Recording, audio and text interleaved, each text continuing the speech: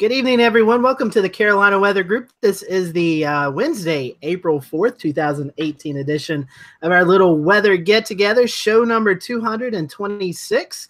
We have on with us tonight Chief Meteorologist Tim Buckley from WFMY in Greensboro, North Carolina.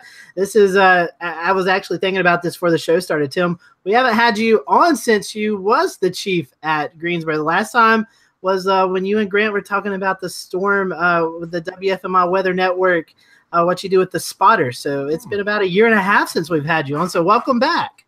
Thanks. It's been too long. You haven't, I don't know. Maybe I'm not wanted anymore. Maybe I'm wanted now. You're always wanted, Tim. You're always wanted. Well, we appreciate you joining us tonight, as well as our other panelists. Tonight, we're going to be talking about winter weather. We're going to be kind of recapping the 2017/18 winter weather season, and it actually is still continuing, at least through this weekend for the area. But we are hoping that this weekend may be winter's last hurrah for most areas here in the Southeast. Has been pretty active, and that is our plan tonight, is to kind of recap all the storms and all the different events that happen throughout the Southeast. So before we do that, this is a live broadcast. So if you are listening tonight, following along on our Facebook Live or Periscope streams or watching on YouTube, feel free to interact with us. The best way to do that is via Twitter at Carolina WX Group. You can leave your comment there, or we'll be monitoring the Facebook Live and the Periscope streams as well. And if you put a question there, and if you're listening on the podcast or maybe the rebroadcast later on this week or a few weeks from now, we'll let Tim share his social media accounts towards the end of the show, so that that way, if you have any questions for him, you can reach him there. So that is kind of all the housekeeping stuff. It's been a fairly calm week here in the Carolinas. Yeah, it has been. It's been pretty calm.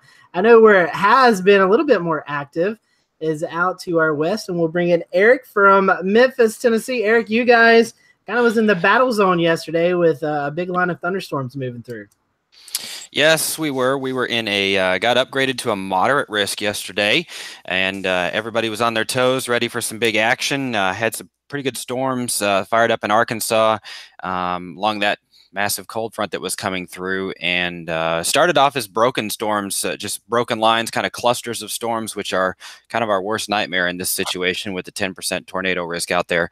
But actually, that broken line, or I guess kind of grazed north and south of us, and then formed into a more solid line with some wind off to our east. But I'll if I take just a second here, I'm going to screen share real quick just to give you an idea of what we were looking at yesterday as far as the precipitation here.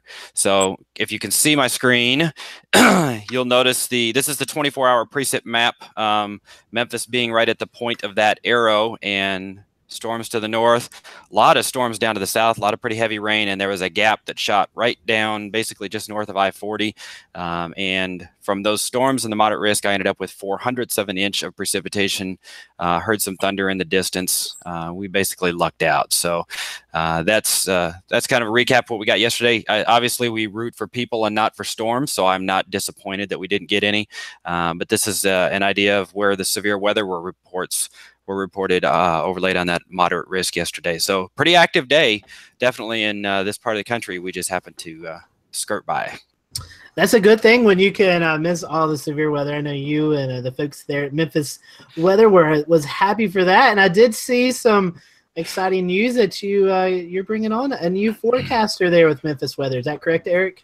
Yes, I am. We've got one graduating master's degree graduation here in about a month, and so bringing on the next round of the next one more intern to fill the gap. So we're moving forward, and all of our friends that help us out here are Mississippi State meteorology students, and always glad for the help that we can get from down there. Hail State!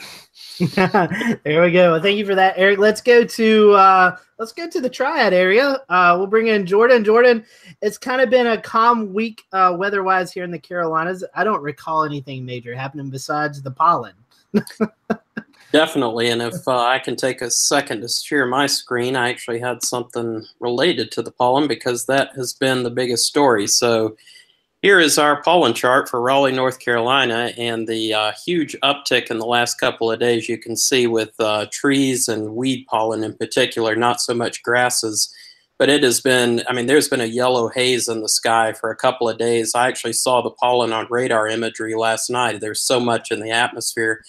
We've had so little precipitation lately to wash any of that out of the sky, to the point that, you know, we're just still kind of begging for anything to come along and help.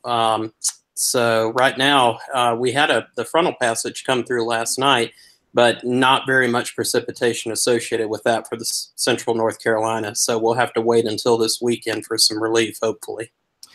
Yeah, I was going to say, I think we picked up just over 1/10 of an inch here in the foothills, and I know a lot of areas nowhere near enough to wash out the pollen. So let's go down to the coastal areas. Let's go to Shay Gibson, who is in Charleston. Shay, how's things down in the coastal areas this evening?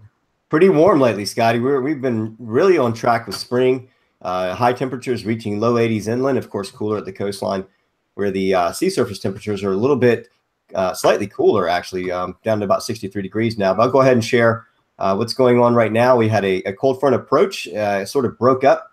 Nothing really happened with this one. Very, very small amounts of rain around town, and temperatures are now holding in the 70s. So not much of a cool down behind that, but it does look like we could see a few jumps. In fact, I'll go ahead and share this other screen. And you can see here with the sea surface temperatures, when you have Atlantic high pressure and you have a southerly flow in along the coastline, what happens is we get this cooler air in off the ocean. I went to the beach with my kids today because they are on spring break. So my wife and kids went there, and it was pretty chilly. I mean, this water temperature about 63 degrees. It was a little cool for me. The kids got in for a little while, and then we had to wrap them up. But it was, you know, these water temperatures are going to steadily come up. It's kind of tough because, you know, looking at the temperature spread, there's a little bit of a roller coaster. A few disturbances moving through the area. A little bit unsure. Looks like this 59 over here on April the 8th may pan out and come back up into the 70s. So we may just have kind of a warm spell for a little while. But we're watching the weather. You know, the winter is trying to give its last sort of gasps into our climate down here, but it's not quite panning out. In fact, I think you guys up there have a little bit of a threat for some wintry weather up in the mountainous zones come this weekend. But in a nutshell, what's going on down here, especially with the sea surface temperatures, I'm going to go ahead and shout out to Helicity Designs because this is our staple shirt. and this is known as frontalysis. And this is where fronts come to die in the Southeast. So that's it for in a nutshell here. We're enjoying some warm weather. The pollen count is starting to phase out slowly but surely. Jordan showed that graph, and it's just further proof that eventually everybody ends up eating the yellow snow. It's a Southeast thing. So put a little humor into it. It's on its way out now. So hopefully we'll phase that out. But one thing we do need to look out for is our drought. So we're not getting enough rain. So the drought's starting to come up a little bit now. There are some prescribed burns going on. Check your local listings. If you see large plumes of smoke in the air, it's most likely a prescribed burn, especially in the woodlands. Those could get caught up in the sea breezes, so you may smell that a little bit at the beach from time to time. But we're rolling along really good here, Scotty. Back to you. All right. Thank you for that report, Shay. I know Jared is running our restreams and all that, so he said he was going to be kind of quiet tonight. But anything you want to add to that, Jared, before we start the conversation? All right. He gives me a thumbs up, so he is good. So we do want to welcome Tim Buckley in with us this evening. Tim is the chief meteorologist there at WFMY in Greensboro, North Carolina. And Tim and I are really good friends, and I figured who better to bring on than Tim Buckley, because outside of the mountains, his forecast area, which is the northern Piedmont of North Carolina and southwest portions of Southwest Virginia, have been hit the hardest this winter with winter weather. So, Tim, I think by now you're probably done with snow. I know you wasn't a big snow fan to begin with, but after this season, you're done, right? Yeah, you had to bring the guy on to talk about winter that actually doesn't like snow at all in the first place, right? That was planned. Yeah, so for those of you who don't know, I grew up way up in upstate New York on the coast of Lake Ontario. So prime lake effect snow country. We would get about 100 to 200 inches a year. At my house, I saw enough snow for my whole lifetime. It's not my favorite kind of weather, but this has been a pretty amazing winter. Scotty and the rest of the gang, you know, it started in December, and even today, there's still about this much of a chance we could get another winter system this weekend. I think that chance is getting smaller by the minute. But even still, the fact that we're still talking about snow potential, it means it's a long season filled with kind of some snow fatigue for folks. And we'll chat more about the details of each storm, I'm sure. But the fact that every storm has either met expectations or certainly overperformed several times has been pretty amazing for me. It's been probably the most surprising winter since I've been in North Carolina, which is about 10 years now. That's a good point, Tim. And I want to ask you this question. Then I also want to ask Eric and Shay or Jared and Jordan, because all of us have been affected, even the coastal areas of South Carolina, with winter weather. So if you were wrapping up this winter, what would be your biggest talking point, Tim? What would that be? And then I want to pass that around to the rest of our panelists. So I think to wrap a bow on this winter, the biggest point would be every storm that looked possible ended up happening. There weren't a lot of false alarms. Each winter, there tend to be several false alarms in model land where you see this storm might be coming and then it jogs to the north, or this snow is coming and we're getting a ton of sleet instead. There weren't a lot of those false alarms. Instead, this year, it was the year that snow lovers actually got their wishes many times with good, fresh, powdery snow that they could enjoy. So I don't want any complaints from snow lovers this year. It was a good winter, I think, by any stretch of the imagination. And Jordan, I'll let you go after Tim, because you're in the Raleigh area. And for you guys, you also seen a pretty decent amount. Your area kind of battles between sleet, ice, snow, rain, but you guys also got a decent helping of snow this year too. We did, Scotty, for sure. Yeah, I would just add to what Tim said that, it was, at least for us here in the Triangle, and I think for the Triad as well, it was a year of really almost overproducing winter storms. A lot of times, if, we'll get one, the track's just right, and the models do a pretty good job with the total snowfall output. This year, I think a lot of the storms exceeded even sometimes what the models were outputting. If I can just share something on my screen real quick. This is actually a graphic from the winter report that I put together for the Southeast Regional Climate Center. I'll scroll down. I devoted a whole section to the winter storms and included this graphic here of the total snowfall output for the winter season. You can see North Carolina was really ground zero for the Southeast, even more so than Central and Northern Virginia, which climatologically is kind of the snow capital of the Southeast. North Carolina really showed out this year, especially Central North Carolina in particular did really well. So it was a blockbuster year for us in many regards. And then Shay, I'll bring you or Jared in. Winter weather-wise, you guys normally aren't used to the crazy active season that maybe we have here in the Piedmont or the mountains, but you also got in on the snow action. So before we go into more details with your snowfall event down there, how would you wrap up this winter? I would say temperatures below normal this winter. It's quite a bit cooler than people are used to here.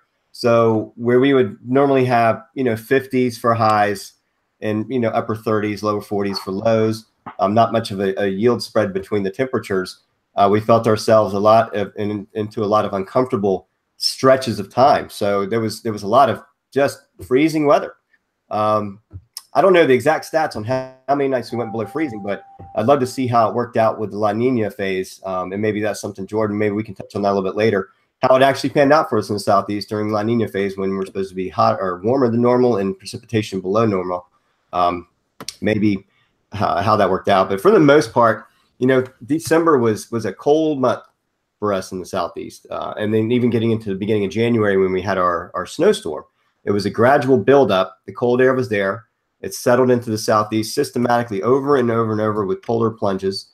And I don't mean that to go and swimming in the ocean. I mean Arctic air actually pumping down into the Southeast. And the sea surface temperatures cooled to a point where the warm nose factor was almost going to be not very existent to create an icing event along the coastline. And then once everything built up by the end of December, it was just a matter of time. And then it happened. So once it happened, things started to get back to normal. And then we had a few roller coaster rides, but overall, people are ready for spring and summer this year, more so than the past several years, as far back as I can remember. I agree with that. And Eric, for you guys, maybe not as much precipitation, but you as well were in on the cold air. So how would you wrap up winter in the Memphis area? Yeah, we definitely had our cold shots of air. Overall, the winter was actually just slightly above normal temperature-wise, but January was definitely right after Christmas into the first week of the new year. Really cold spell in there. We got down, I think, in the city here down to right around 10 degrees a couple of mornings. It warmed right back up, and then it dropped right back down almost to single digits again in the middle of January. So we definitely had a roller coaster month in January, and that's also when we had the couple of winter precipitation events that we got this year. One of them was actually a pretty good sleet storm that we got about a half an inch, a little more than a half an inch of sleet. Closed schools for a number of days with that, and then several days later got a 2 to 3 inch snowfall around the area.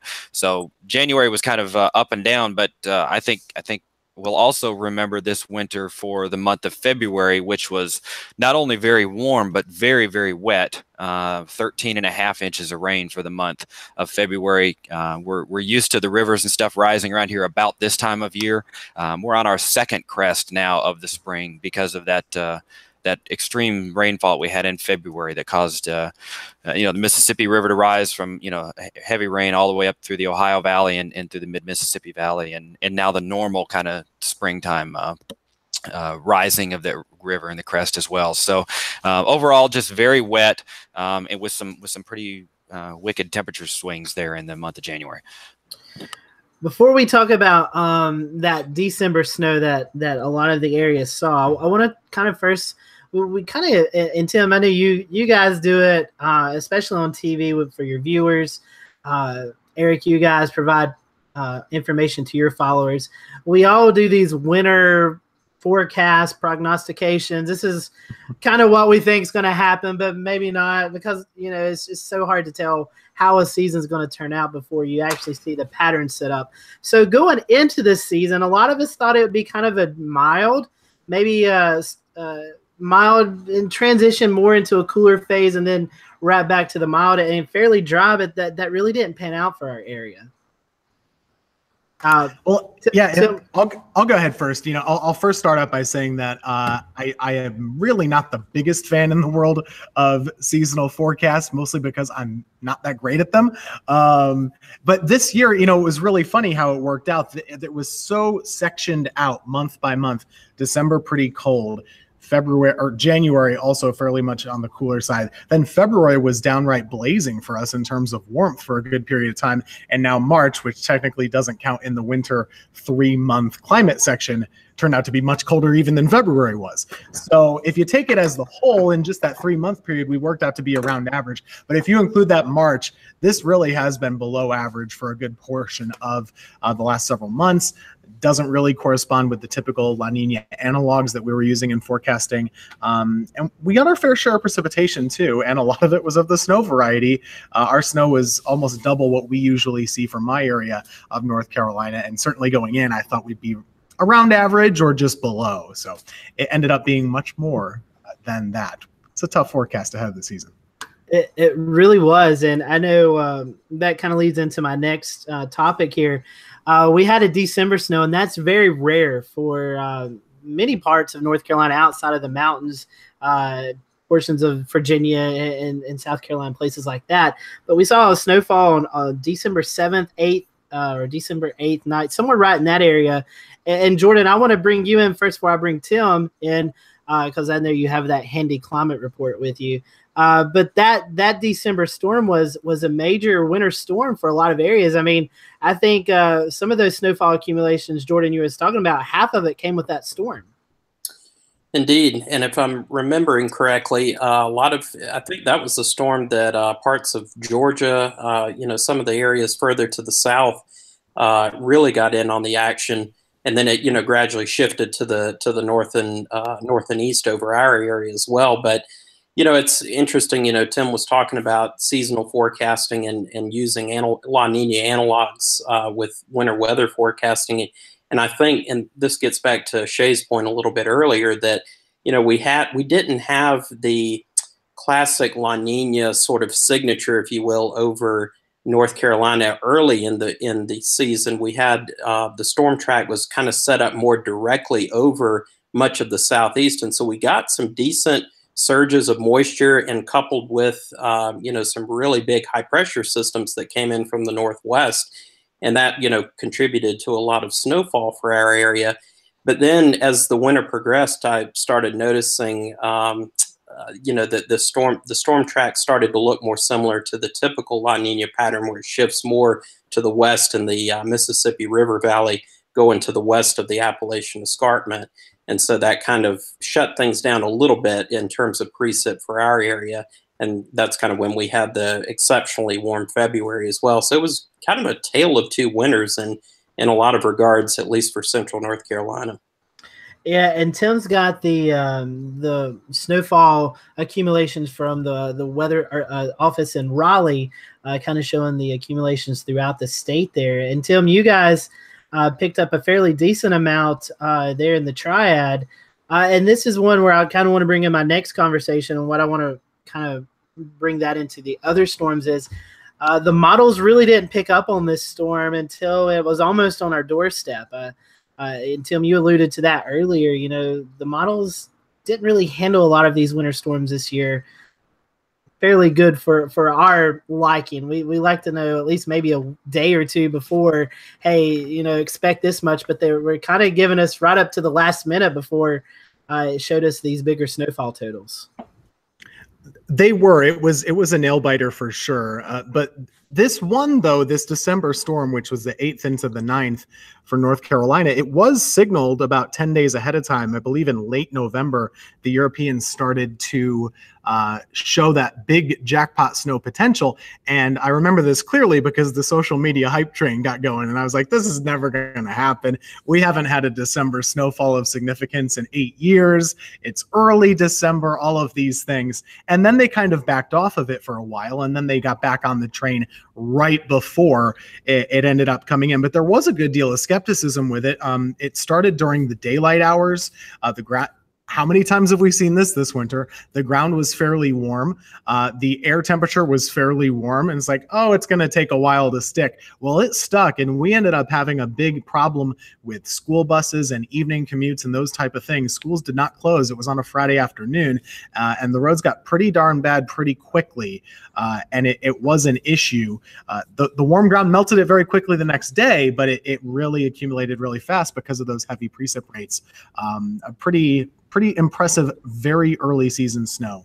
So you could almost say, Tim, that some of these numbers, especially on the eastern edge, eastern fringes, could have easily been a couple of inches more due to some of that melt off the initial falls. There was a good amount of melting. I know at my place in Greensboro, it took probably a good 3 to 4 hours before it started to stick. And it was snowing really hard during that time, but it did take a while. You get some of that evaporative cooling to help on the ground and all those things, the dynamical cooling. I do remember the night before, out to the west and to the south, places like San Antonio, Austin, New Orleans, all these other places, they were picking up the snow. That was when my skepticism turned into, oh, shoot, we're way too low on our totals. If it's snowing there like that, why wouldn't it be the way that it is there here in North Carolina? And it certainly panned out in a big way. And looking at the mountains, this was, Scotty, probably your biggest snow of the season? Yeah, this was definitely our biggest snow. It outperformed the January system. But, Tim, that was a great point you made.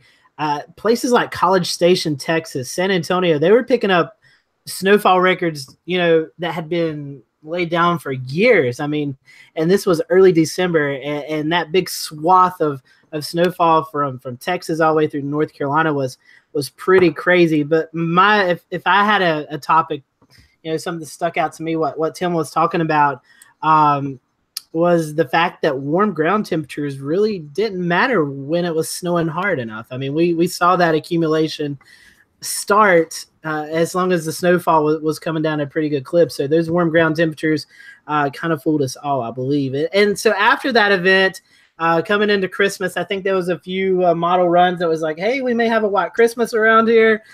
We had that snowfall earlier in December, and that really brought in the cold Arctic air. And so Eric, I'll start with you first because obviously it affected your area first. But right after Christmas through the first week or two of January, we saw some of the coldest temperatures that we've seen in a long time. Yeah, that was one of those I mentioned earlier. Definitely right after Christmas. I remember very clearly forecasting for the New Year's Eve festivities that were going to be going on in the city and so forth. And, the big story was just how bitterly cold it was going to be, and people out for, multiple hours, obviously, perhaps not real perceptive of their surroundings, maybe is a good way to put that, during the New Year's Eve festivities. And, that was definitely a concern, was just how cold it was going to be. And we got down, like I said, it was about 10 degrees, I think, for a couple of mornings in a row. And it has been many, many years since Memphis has gotten that cold for a morning low. And that's in the city. So it was single digits with the wind blowing outside the city. So it definitely was the first kind of introduction to 2018, and then we repeated it back I guess it was a couple of weeks, maybe 10 days or so after that, another giant cold spell. So definitely the Arctic outbreaks were just as much of a story as probably just about anything this winter here. And Tim, correct me if I'm wrong, but I think Greensboro experienced temperatures at or below freezing for almost a week. Was that correct? Yeah, actually, it's funny. I had forgotten just how brutal this stretch was until we just bring it up now. I have like PTSD or something after this. It's really pretty bad. So hopefully you can see this here.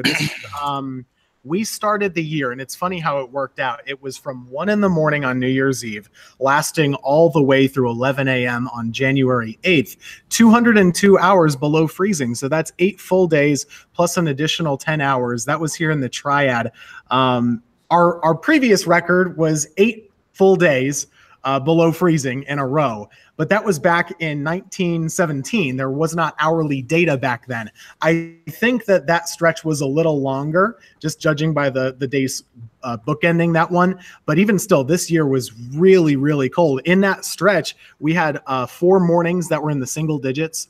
We had another morning after that stretch in the month of January that was in the single digits. So we had 5 single-digit lows in Greensboro in a month. That's the most we've ever had in a month. Most years we just get like 1 or 2. So it was really cold for a really long time. And a lot of, that's just at the airport. A lot of folks had temperatures right around 0 or just below.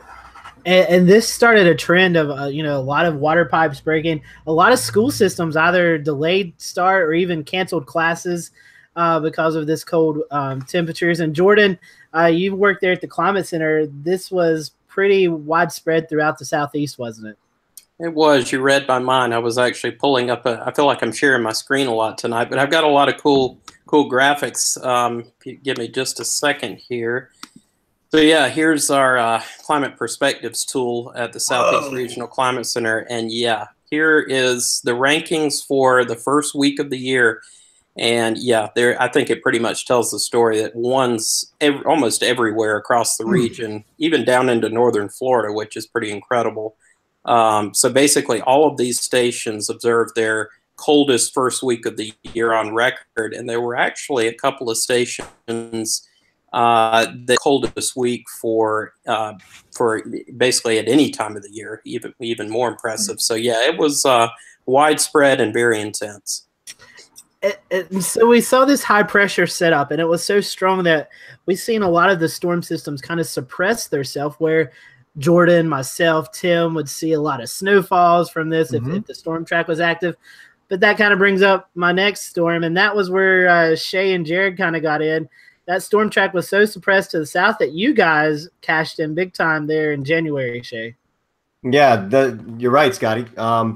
Like I said earlier, leading into December with all that cold air pushing down into the southeast region, it was just one wedge after another. And, there was actually a storm that was forecast to possibly hit on December the 29th. So we were looking at a potential late December system to move in. In fact, the Weather Service put up some numbers for cumulative ice. So we were looking at icing at that point. But then that moisture sort of dissipated and stayed to the north. And then we had another system. It was more of a Miller A. It was a hybrid Miller A. This low came up from the Bahamas, and it was just in the right position. It was caused by shortwave energy and positive tilt, all these things that, meteorology terms and everything. But the bottom line is this was a very unique situation where the low traveled up from the Bahamas and actually bowed into the coastline. And it really, really pulled a lot of Gulf moisture up along with it into that cold, diving northerly air to its north.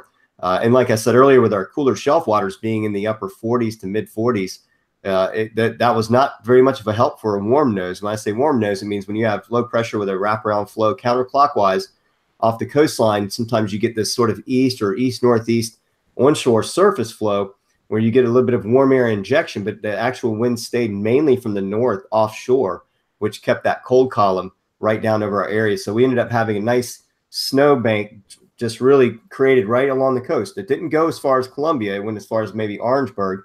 And we really got blanketed down here. For a while, I think we were holding the record for the higher amount of snow than even Western North Carolina, some parts of Western North Carolina.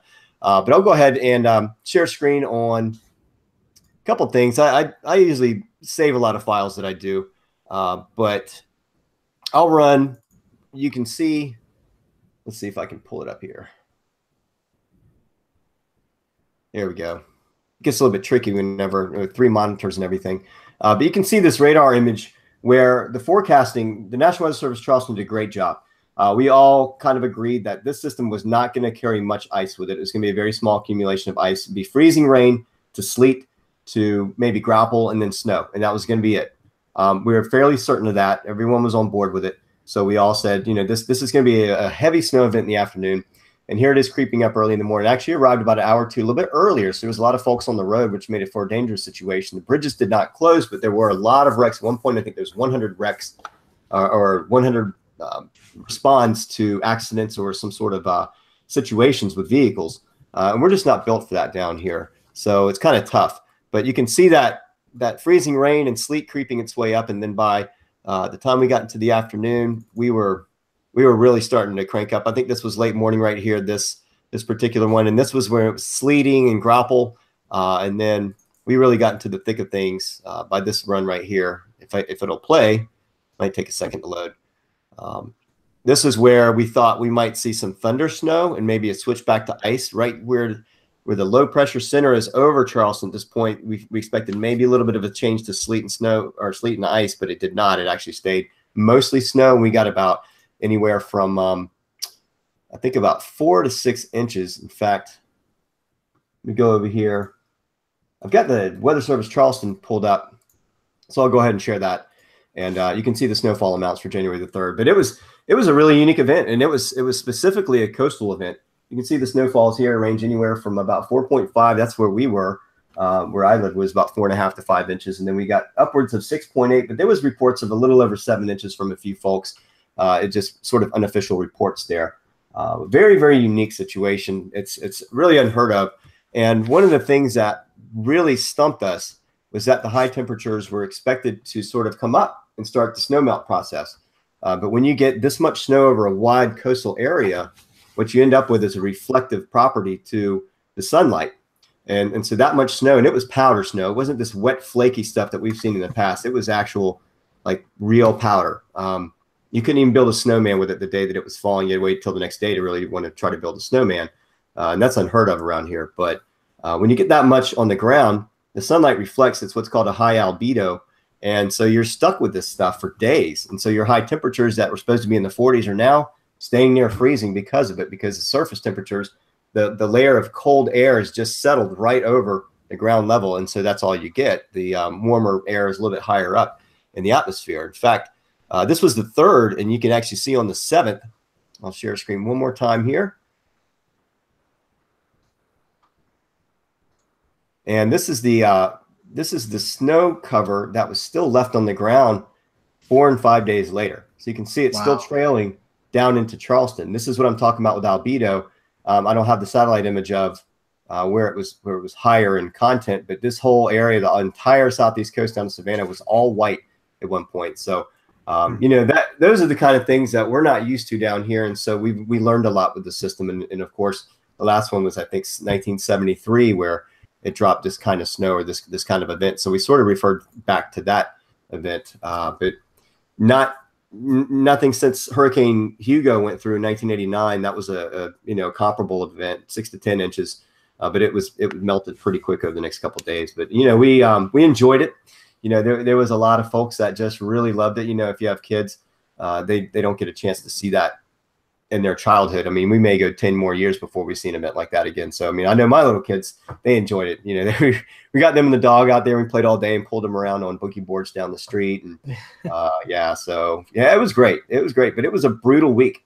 Our high temperatures really just did not change at all. Let me go back one more time. I'll show you the outlook for the air temperatures. And you can see the 2 meter air temperature forecast from the GFS brought up to the upper 30s to near 41. By January the 7th, we were still down near freezing. So it just shows how tricky these kind of forecasts can be for us along the coast, especially when your water temps are just, cold.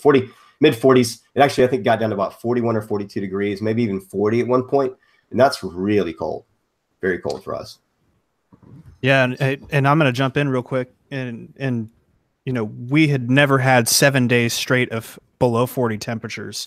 I think the max was 3, and we stayed a week solid under 40. Now I know that's not quite 4 days, 7 days under freezing, but that's just.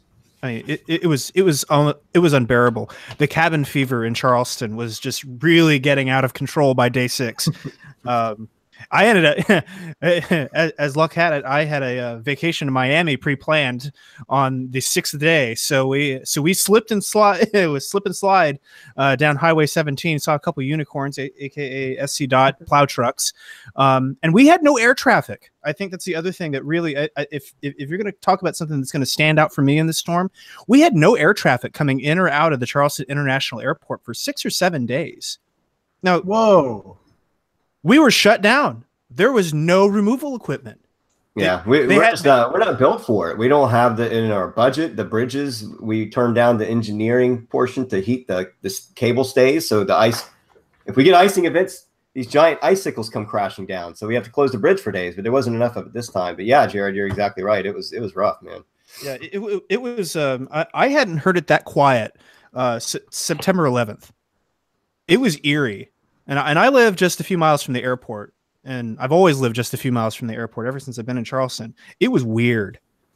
This is where James Brierton would be giving us his speech about how the South should be prepared.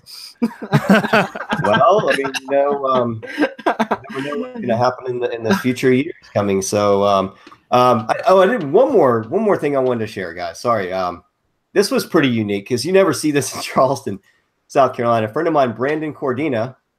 See if I can pull it up here. And this is at Patriots Point, where there's a big soccer field. And so you have the harbor on one side and the northerly winds kicking in. And he was out snow kiting during the event on January the 3rd. So, this is something you would see up north in like Michigan or out west in Colorado. So, wow. Some of my friends around here that we kiteboard with them, and they took advantage of that. They were able to take their 4-wheel drive vehicles and go and do stuff like that. So there was another one the next day, kiteboarding in front of the Ravenel Bridge. Just wild stuff, man. Crazy times. Well, after that, Shay, we kind of the pattern kind of broke down a little bit, but we reloaded right back. And Eric, I'll come to you for this one, and then we'll make our way back to the east. We had another winter storm that actually you guys got in on the action with some snow out in your area on January 16th and 17th. Yeah, and the that was actually preceded here on the 12th by that. Basically, most of it was sleet that we got. It was a Friday, and cold air came in with the precipitation early in the morning. It started off as rain, changed over to freezing rain briefly, and we thought there'd be a little bit more of a concern with that freezing rain, maybe up to 1/4 of an inch. But it pretty quickly actually changed over to sleet, and then we got sleet for a few hours there before it just kind of tapered off as snow right at the end. But about 7/10 of an inch of total, mostly ice between the little bit of freezing rain, the sleet, and the snow there on the 12th. And that set the stage for the next kind of that next real cold period that came in over the next several days. The 16th was the day that we got snow. It was almost 2 inches at the airport. Some areas around outside the city got about 3 inches, but yeah, it was definitely one of those. It was pretty unusual for here because usually we have a pretty wet snow as well, but with the cold air that had come in ahead of that, we ended up with snow ratios that were much more like climate areas to the north than what we get here. I would hesitate to maybe call it a dry snow, but it was not as packable as it usually is around in these parts. And then behind that, of course, another big cold blast. That 16th, we had a morning low around 10. The next day, high of 22 with the snow cover in place, a low of 7. So it was it definitely stayed cold for a few days there, but as is typical in the Memphis area, you get a cold blast like that, and then it pops right back up. And within a week, we were pushing 70. So just it's the way it goes around here. But that was definitely the one good, I'll call it good snow event that we had this year that produced a couple of inches here. And Eric, if I'm not mistaken, that was at the time where the Mississippi was almost froze completely over in your area, correct? There were some areas along the edges and so forth that were starting to freeze. Yes, it was not. It would take a very, very prolonged period of below normal or below freezing temperatures to freeze the Mississippi. It doesn't happen this far south very often. I've seen some instances where up around St. Louis and maybe some areas south of that in very cold periods in history it's frozen across. But definitely all the ponds and the creeks, some of the areas where that you have water that doesn't move very much, just kind of it stays like in a pond, that those had definitely frozen over here, which doesn't happen, but once every, 5 years, something like that happens. So. And then Tim, that made its way here, and this was the storm that I guess except the ones in March. This was the one storm that kind of gave us some headaches because, again, the model really wasn't doing justice of what we actually saw. Scotty, this was a glorified cold front for us. This is the jet streak storm. Okay, so this is the storm that didn't have a coastal low. It was moving through. It didn't seem like having a ton of moisture either, but it came in from the west with that cold front. The jet stream was oriented just perfectly, basically southwest to northeast, and that streak just had such a dynamical influence that it was creating its own precipitation for hours on end. We got about 9 to 10 hours of snow, maybe about 12 hours actually. I'm just loading up the map here if you can see it, but it put down close to a foot of snow from Chapel Hill to Orange County, Person County, Alamance County, near 10 inches. This was just a wild storm, yet again, overperforming. We were expecting a healthy dose of snow, but nothing near these totals. Generally, I think I was expecting around the order of 3 to 6 inches, and this really went above and beyond that. It was amazing to see, and I think for folks in the Raleigh-Durham area, really some snow-starved folks over the last couple of winters, this was the one that they really got their wish with a big winter jackpot snow. And Jordan, I'm going to pop up a picture while I ask you. This is probably the biggest snowfall that we've seen throughout the Southeast, correct? I think so. Yeah, definitely. Like Tim said, for our area here in the Triangle, this was our blockbuster storm of the year, and that's really saying something considering we had already had at least two prior to that were pretty good in their own right that we've already talked about. Yeah, I remember this picture well. Yeah, this was. I think I had 3 straight work from home days that week. I simply could not make it in, and I live just north of Chapel Hill across the Durham County line, but I couldn't make it to work for about 3 straight days just because of how much snow we got and how long it took to plow the roads and get things back in working order. But yeah, the students at UNC definitely enjoyed it. They were doing all kinds of crazy stuff in the football stadium. So I wonder if somebody didn't get seriously hurt, but that's college, I guess. That's it. And then we kind of went into a break. I know we had a little icing event on the Super Bowl Sunday, a little bit of freezing rain, but that was pretty much melted by the evening. And then February, we all will know it as it being extremely, I don't know if hot's the right word, but it was extremely warm. it didn't start out hot. It got hot throughout the second half of the month, if I'm remembering correctly. The second half of the month carried the load as far as the warmth goes. But for us, you know, here in the Triad, we didn't get any snow in February. And that's actually pretty rare for us. We usually get snow February. This is 2 years in a row, right, Tim? Yeah. 2 Februarys in a row. Right. Last year we had, I think, just a trace on the books. And I think that was from some sleet. So yeah, if that's 2 Februarys in a row, pretty shocking to not get that. I'm fine with it, but we didn't have it. Which February is notoriously known as the snowiest month for the state of North Carolina. And a lot of your big storms come then, yeah. A lot of them do. And Shay, you guys was also in on the warm weather in February. Yeah, where we would normally see our highest chance for any kind of wintry weather precip would be late January into middle February, and even into maybe the beginning of March. But things really just did turn around for us in February, and we had some warm spells. But you know, we were still plunging down into the freezing levels some of those nights too. So it just, you know, I think after December, you get 2 months of this solid sort of just cold weather hammering on people, and then, you know, like I said earlier, everyone's just ready for spring and summer this year to come. So hopefully it won't come with a vengeance. But we do have a couple of questions here from some of our viewers. I want to get to them. And Jordan, this one's going to come back to you as well, because I definitely want to discuss the La Nina pattern. Stacy Hughes is asking about La Nina summer, cool in the morning and rain, hot and humid. I think he's just referring to the La Nina pattern in general.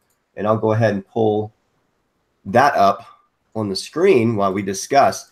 And I guess my question here is, you know, with this kind of typical La Nina pattern, we also have to factor in what's going on with our polar vortex. Not just, you know, the polar vortex is coming, you know, it's not a headline event. It's a displacement of atmosphere. It can be stratospheric or tropospheric. It's very complex. But this year we seem to see more of a kind of off its wheels. And we had these Rossby waves or jet stream dips, you know, diving down the eastern seaboard systematically. What did that do for you in the Southeast Regional Climate Center for stats and what to expect? Yeah, that's a good question. I mean, I think, you know, winter weather forecasting is incredibly difficult because not only are you thinking about the ENSO phase, which La Nina was a component, you also have the NAO and AO, or North Atlantic Oscillation and Arctic Oscillation, excuse me, that work closely hand in hand with each other. And, you know, so you have to kind of put all of these pieces of the puzzle together, if you will, to figure out what's going to happen. And so I think, you know, we had a winter this year where we saw periods of big negative phases in those two oscillations. And what happens is basically you can get some real deep plunges of the polar vortex and the polar jet stream deep into the southeast to really provide that cold air at the surface, and then couple that, you know, with some occasional storm systems, you can really get some big snowstorms. But it was, you know, like I was talking about earlier, it was one of those where the storm track early in the winter, or, you know, really from December through January, was really favorable for a lot of the southeast, despite what we would typically think of during a La Nina phase, where it's usually shifted just to the west over the Mississippi River Valley. We had that later in sort of February into March, but boy, you know, once it was really set up early in the season, coupled with some periods of just one Arctic high pressure system after another, it really set the stage for a big time winter. Very true. Yeah, not your typical pattern, but you know, again, you know, it gets back to how long have we been tracking ENSO phases and how those are going to apply to future events. And you know, I'm sure that over time, some of these stats or some of these normal things will change, and we're all learning from it. So next question, there's one other question. This is from Linda Wells Williams, and she's from Rockingham County. She says, or asks, this weather is unreal. Where are the storms coming from? And I think I can help answer that one.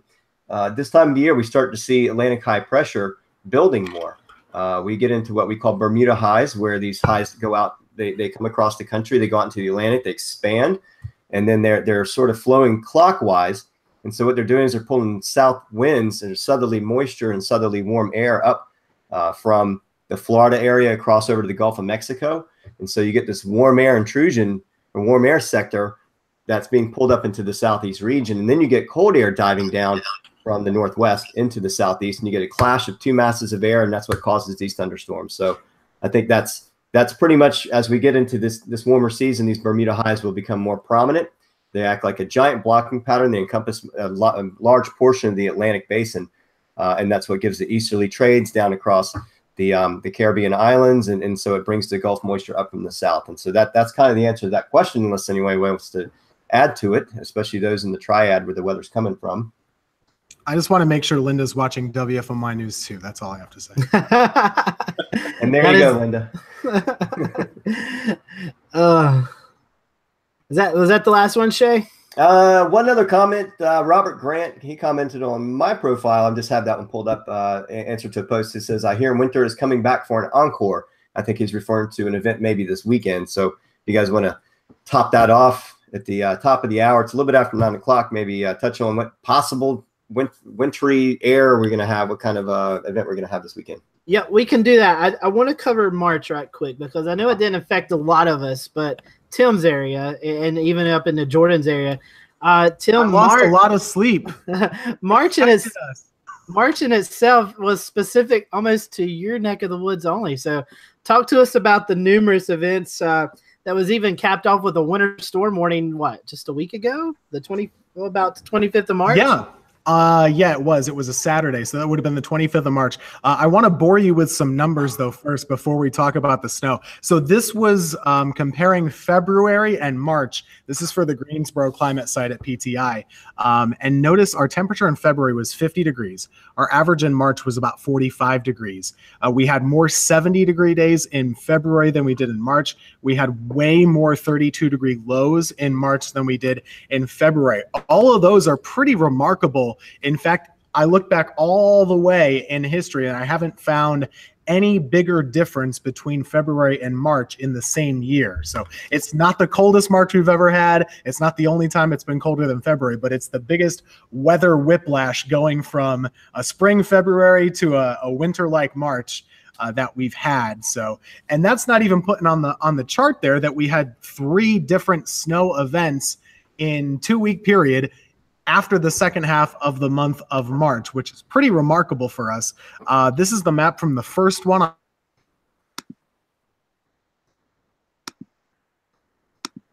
Uh-oh.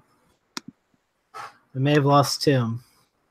His audio cut out, but his screen's still up. Let me send Sometimes we have a little hiccup. We had a little one earlier that kind of cleared up after a moment, so I'm not sure how that's going to come through. But we'll see if he pops back on.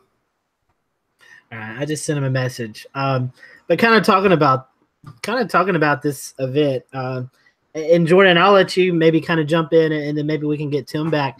But this was really kind of only your part of North Carolina, northern North Carolina, from maybe obviously the mountains, but from Wilkesboro to Raleigh, you guys got in on the action several times. We did. Yeah, it was one of those months where, and I think Greensboro Airport had 3 measurable snowfall days during the month, which is pretty unusual for March, much less any winter month for that matter. I think the record is maybe 5 for Greensboro, so not unprecedented, but still unusual. Raleigh had 2, almost 3, but they traced out on one day. But anyway, you're right. The central portion of North Carolina was, it was just in the sweet spot for a lot of, the month of March, where we had some cold air in place. Some of the storms that came through were able to, through evaporational cooling and dynamic processes, were able to kind of create their own cold air, if you will. The precip bullseye was just really in our area and, gave us several pretty memorable March snowstorms for the area. Yeah, and if my audio is back now, hopefully it is.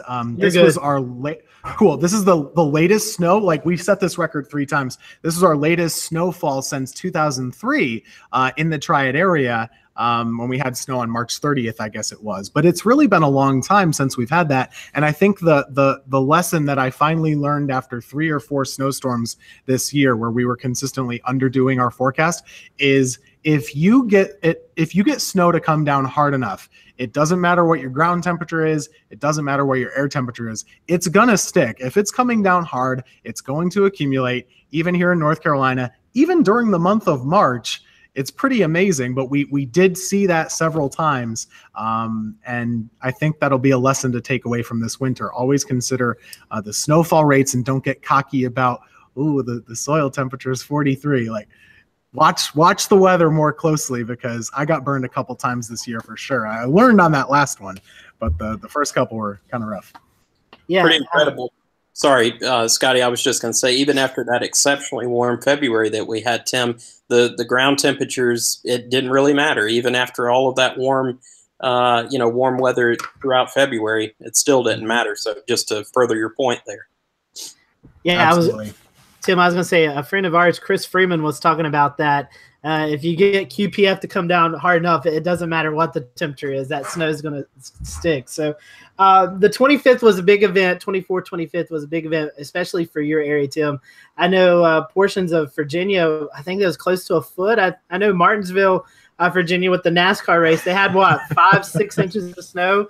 Talk about that, because like you're talking about, man. End of March is not really the time to get snow, but a big snow for parts of your area.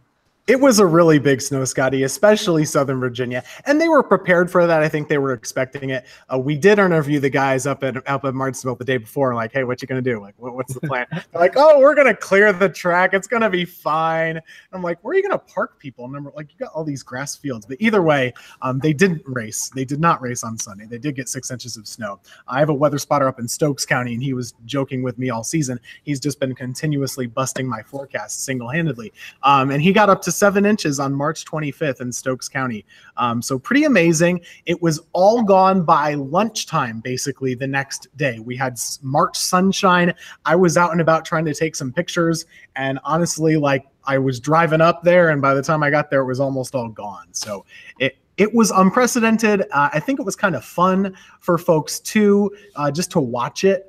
But it did have a big impact. There were several thousand people without power. The Bradford trees, this really scared some folks. They were sitting there at nighttime, and they just heard the sound of snapping trees here, there, everywhere, because you had the blossoms, even some leaves on all of the trees. And we know how weak some of those are. It doesn't take much of a wet snow, let alone 4 to 5 inches of it, to really snap them. So big human impacts with that one. Thankfully, it was on a weekend.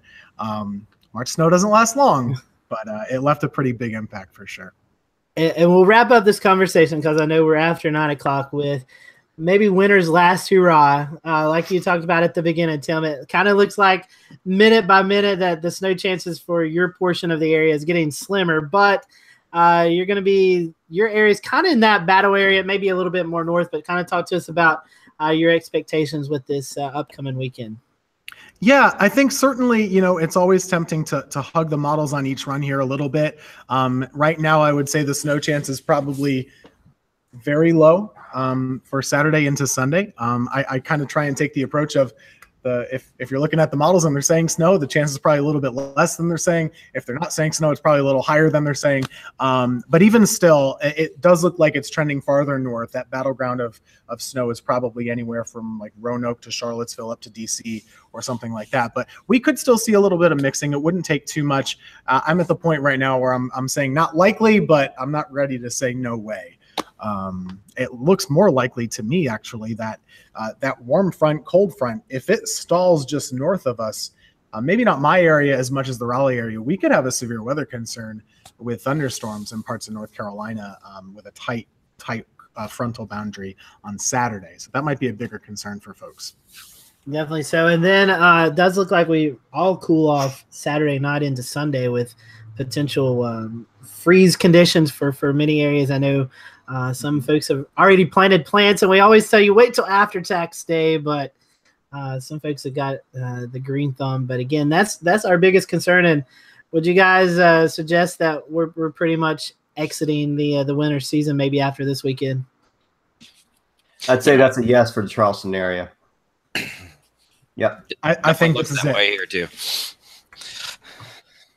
Famous last words, but this is it. I'm rooting for it. I'll put it that way. I'm rooting for it too. Well, we'll jump off here. I know we normally do tweets of the week, but I know Tim's probably got to go do some promo stuff here in just a little bit. So we'll let Tim give out his social media of how you can follow him on the various platforms, and I'll let you go ahead, Tim.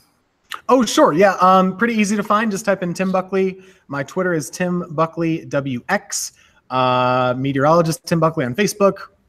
Type in weather, Tim Buckley, some combo of that. You'll find me. I'm gonna do my tweet of the week real quick, just because this is like a pride of place thing for my hometown. So there's this lady named Carol Yurden, and I've known her all my life. She lives in Redfield, New York. Okay. Well, she's become somewhat of a social media darling over the last couple of years. She lives on what's called the Tug Hill Plateau, which is definitely the capital of lake effect snow in the world, or that's at least what I'm going to say. But seriously, this is her picture from, she tweeted this week. I guess it was March 31st, just before Easter. She says, "Happy Easter Eve from Redfield. We close out March with 40." And we lost him.